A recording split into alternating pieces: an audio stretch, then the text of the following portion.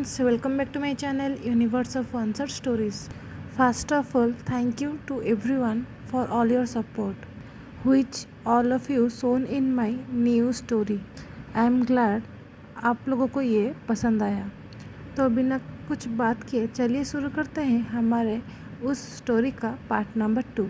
Part की शुरुआत में हमें एक जंगल का सीन दिखाया जाता है जहाँ पर वो वेल वाला इंसान जो उस वक्त वेडिंग में था वो उस घने जंगल में कहीं पर चला जा रहा था।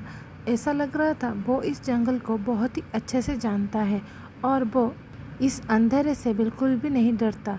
तभी अचानक से एक और इंसान उसके सामने आ जाता है, जिसे देखने के बाद वो इंसान थोड़ा घबरा जाता है और अपने हाथ को लेकर अपने छाती पर रखकर उसकी ओर देखकर कहता है, ये क्या था? तुमने अगर मुझे मारने का इंतज़ाम किया है तो ऐसे ही बता दो। अचानक से अगर मेरे सामने आ जाओगे तो मेरा क्या होगा? जिस बात को सुनने के बाद वो सामने वाला इंसान मुस्कुराने लगता है और उसकी ओर देखकर कहता है, क्या सब कुछ हो गया? जिस बात को सुनने के बाद वो सामने वाला इंसान कहता है, हाँ हो गया। जो बात सुनने के बाद वो सामने वाला इंसान उसकी ओर हाथ को बढ़ा देता है, जिसके बाद वो इंसान भी उस हाथ में अपने हाथ दे देता है और वो दोनों मिलकर उस जंगल के और भी ज़्यादा अंदर जाने लगते हैं। ऐसा लग रहा था वो किसी से मिलने के लिए जा रहे थे। तभी हमें दूसरी तरफ लानवांग जी को दिखाया जाता है, जो कि जब अपने कमरे में एंटर करता है तभी उसे एक स्वीट सा लोटस वाला फेरामोन स्मेल होता है। जिस बात को एहसास करने के बाद उसे याद आता है कि उसके दागा के इंस्ट्रक्शन के मुताबिक उसके ओमेगा का सेंट तो रोज़ वाला है, लेकिन ये तो लोटस वाला। तभी वो ये बात को पूरी तरह से इग्नोर कर देता है और ऐसा सोचता है कि वो उसके ब्रदर लांसेचन को सही से इन्फॉर्मेशन नहीं मिला होगा। ऐसा सोचते हुए वो अपने बेड के पास जाने लगता है।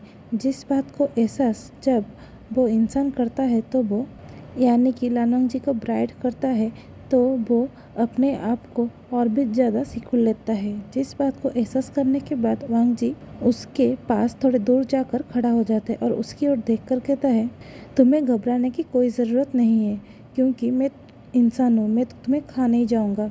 जिस बात को सुनने के बाद वो सामने वाला इंसान कहता है, नहीं ऐसा कुछ नहीं है। जब वांग जी के कानों में उस इंसान का आवाज़ यानी कि विविशियन का आवाज़ पड़ता है, उसके बाद वो एकटक उसकी ओर देखने लगता है, क्योंकि उस इंसान का आवाज़ बहुत ही ज़्यादा ही स्वीट था, जो कि किसी भी इंसान को काम करने के लिए काफ़ी है। अभी वांग जी अपने सर को झटकते हुए उसकी ओर देखकर कहता है, तो एक काम करो, तुम बेड पर सो जाओ और मैं उस साथ वाले कमरे में सो जाऊंगा। जिस बात को सुनने के बाद हमारा विभूषण अचानक से वांग जी के हाथ को पकड़ लेता है, जिसके वजह से उन दोनों को ही एक करंट जैसा महसूस होता है और वो तुरंत ही वांग जी के हाथ के ऊपर से उसका हाथ हटा लेता है और भी ज़्यादा अपने सर को झुकाते हुए कहता है, जाम्फू आप पहले मेरे ये वेल को हटाइए, क्योंकि ये एक रिवाज है, और दूसरी बात आप बाहर नहीं जा सकते क्योंकि आज हमारा वेडिंग नाइट है, और अगर किसी को पता चल जाएगा कि आज हम दोनों ने एक रूम में वक्त नहीं बिताया तो सभी लोग बुरा सोचेंगे, और मैं ये बिल्कुल भी नहीं चाहता कि कोई आपके बारे में या हम लोगों के क्लान के बारे में बुरा कहे। जो बात वांग जी को भी सही लगता है और वो चुपचाप जाकर उइंग के वेल को हटा लेता है, और जब वो उइंग के चेहरे को देखता है तो वो ऐसा लगता है कि हिप्नोटाइज हो गया। वो किसी और चीज़ से नहीं, उइंग के गालों पे जो मोल है होठों के नीचे। तभी अचानक से उइंग अपने नज़रों को ऊपर उठाते हुए वांग जी की ओर देखकर कहता है, तो हस्बैंड आप एक काम कीजिए, आप बेड के उस तरफ सो जाइए, क्योंकि मुझे कोई परेशानी नहीं होगा अगर हम दोनों एक बेड पर सोएंगे, और आप चिंता मत कीजिए, मैं आपके साइड नहीं आऊँगा। जिस बात को सुनने के बाद वांग जी को बुरा लगता है, क्योंकि उसे ऐसा लग रहा था वो सामने वाला इंसान उसकी ओर बिल्कुल भी इंटरेस्टेड नहीं है। लेकिन बेवकूफ़ वांग जी ये भूल गए वो खुद भी विभूषण के साथ शादी करने के लिए तैयार नहीं था। छोड़ो उस बात को। जिस बात को सुनने के बाद वांग जी चुपचाप जाकर अपने फ्रंट यानी कि अपर रोब्स वगैरह को उतार देता है। जिस चीज़ को जब ओइंग देखता है तो वो अपने नज़र को फेरा लेता है और वो धीरे से वहाँ से वॉशरूम की ओर चला जाता है ताकि वो भी अपने सोने के लिए तैयारी कर सके। तभी ओइंग देखता है, जब वो बाथरूम से वापस आता है तो वो देखता है वांग जी मेडिटेशन की पोजीशन पर बैठा हुआ है और वो ओइंग के यानी कि वॉशरूम के दरवाजे को देख ही रहा था। तभी ओइंग उसके पास जाकर कहता है, हस्बैंड आपको कुछ कहना है। जिस बात को सुनने के बाद वांग जी कहता है, अरे कल्टीवेशन वर्ल्ड को पता है कि तुम कितने ज़्यादा नॉटी हो, इसीलिए मैं तुम्हें पहले ही बता दूँ, हमारे क्लान में 3000 रूल्स है और तुम्हें हर रूल्स को फॉलो करना पड़ेगा। अगर तुम किसी एक रूल को ब्रेक करोगे तो तुम्हें पनिशमेंट मिलेगा। जिस बात को हमारा ओइंग चुपचाप सुन लेता है और अपने सर को हाँ में हिला देता है। जिस रिएक्शन को वांग जी जब नोटिस करता है तो वो अपने आइज़ को रोल करने लगता है और वो मन में सोचने लगता है, अकॉर्डिंग टू हिज उसके के मुताबिक ये इंसान बहुत ही ज़्यादा स्टबर्न है और उसे बिल्कुल भी रूल्स वगैरह फॉलो करना पसंद नहीं है। लेकिन ये क्या, उसे तो उस बात को आसानी से मान लिया।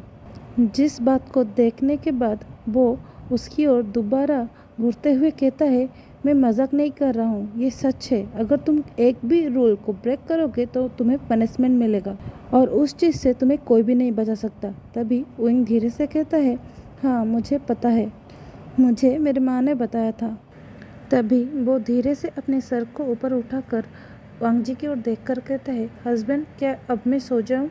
तभी वांग जी कहता है, हाँ सो जाओ, क्योंकि 9 बज चुका है और हमारे क्लैन के रूल के मुताबिक 9 बजे सो जाना चाहिए। ऐसा कहते हुए वो अपने बेड के साइड पर सो जाता है और दूसरी तरफ ओइंग जाकर वो भी लेट जाता है और अपने ऊपर उस रखे गए ब्लैंकेट को उड़ा लेता है। दूसरी तरफ हमें उस दोनों इंसान को दिखाया जाता है कि जो जंगल के अंदर जा ही रहे थे। तभी अचानक से उन लोगों के सामने एक कुटिया आता है, जिसे देखने के बाद वो इंसान जो वेडिंग में था वो भागकर जाकर उस दरवाजे को खटखटाने लगता है, जिसे सुनने के बाद वो दूसरा इंसान उसके हाथ को पकड़ लेता है और कहता है, क्या तुम पागल हो गए हो? तुम्हें पता नहीं है कितना रात हो चुका है और तुम ऐसे कैसे उन्हें परेशान कर सकते हो? जिस बात को सुनने के बाद वो इंसान मुंह बनाते हुए उसकी ओर देख कर कहता है, मुझे पता है कि रात हो चुका है, लेकिन मुझे ये भी पता है जब तक हम दोनों यहाँ पर पहुँच नहीं जाते तो वो आसानी से सो नहीं सकेंगी। तभी ये दोनों एक दूसरे से बातें कर ही रहे थे, तभी वो दरवाज़ा खुल जाता है और सामने एक एजेड सा इंसान था। वो कोई और नहीं, हमारे बाउंसर सरन ही थे, जो कि बायोलॉजिकली ओइंग के ग्रैनी हैं। तभी वो उन दोनों की ओर देखकर कहते हैं, तुम इन लोगों को शर्म नहीं आता? इतने रात को दरवाजे के सामने खड़े होकर झगड़ा कर रहे हो? जिसे सुनकर वो दूसरा वाला इंसान जो जंगल में उस इंसान को मिला था वो कहता है, मैंने कुछ नहीं किया, सब कुछ इसने शुरू किया है। जिस बात को सुनकर वो दूसरा वाला इंसान भी गुस्सा होकर उसकी ओर देखकर कहता है, लेकिन ग्रानी ऐसा कुछ नहीं है, ये सब उसने ही शुरू किया था। जिस बात को देखने के बाद वो अपने सर को हाँ ना में हिलाते हुए उन दोनों की कान को अपने दोनों हाथों से पकड़कर अंदर ले आते हैं और दरवाजे को बंद कर देते हैं। तभी उन दोनों की ओर देखकर कहते हैं, फिर से तुम दोनों चालू हो गए? चुपचाप जाकर फ्रेश होने के बाद लेट जाओ और थोड़ी देर के लिए आराम करो। तभी वो बैल वाला इंसान उसकी ओर देखकर कहता है, लेकिन ग्रानी मुझे आपसे एक चीज़ पूछना है। तभी बाउंसर सरन कहते हैं, सब कुछ बाद में, तुम पहले आराम करो, सब कुछ तुम मुझे सुबह पूछ सकते हो, मैं कहीं भागा नहीं जा रहा हूँ। जिस बात को सुनने के बाद वो इंसान अपने सर के ऊपर से वो वेल को निकाल देता है और हमें सामने दिखाया जाता है वो इंसान कोई और नहीं ओइंग था। तो आज के लिए बस इतना ही। आई एम सो सॉरी, आप लोग मुझे ये पार्ट सुनने के बाद बहुत ही ज़्यादा गाली देने वाले हैं, क्योंकि मैं कैसे अचानक से यहाँ पर स्टोरी को बंद कर सकता हूँ। लेकिन आप लोग थोड़ा इंतज़ार कीजिए, नेक्स्ट पार्ट में आप लोगों को थोड़ी और इस बारे में पता चल जाएगा और हम लोगों को पता चल जाएगा ये जो इंसान जो हुबहू ओइंग की तरह दिखाई देता है वो ओइंग है या कोई और। तब तक के लिए अगर आप लोगों को ये स्टोरी पसंद आ रही है, इसे लाइक कीजिए, अपने दोस्तों के साथ शेयर कीजिए और ढेर सारे कमेंट कीजिए। और हाँ, अगर आप लोगों को मेरे दूसरे स्टोरीज़ को सुनना है तो मेरे चैनल को विजिट करके उसके प्लेलिस्ट में जाकर आप पा सकते हैं। तब तक के लिए टाटा बाय बाय एंड और हाँ, अगर आप लोगों को मेरी ये स्टोरीज़ पसंद आ रही है और मेरे चैनल में अगर नए हैं तो मेरे चैनल को सब्सक्राइब करना भी मत भूलिए। Thanks for watching.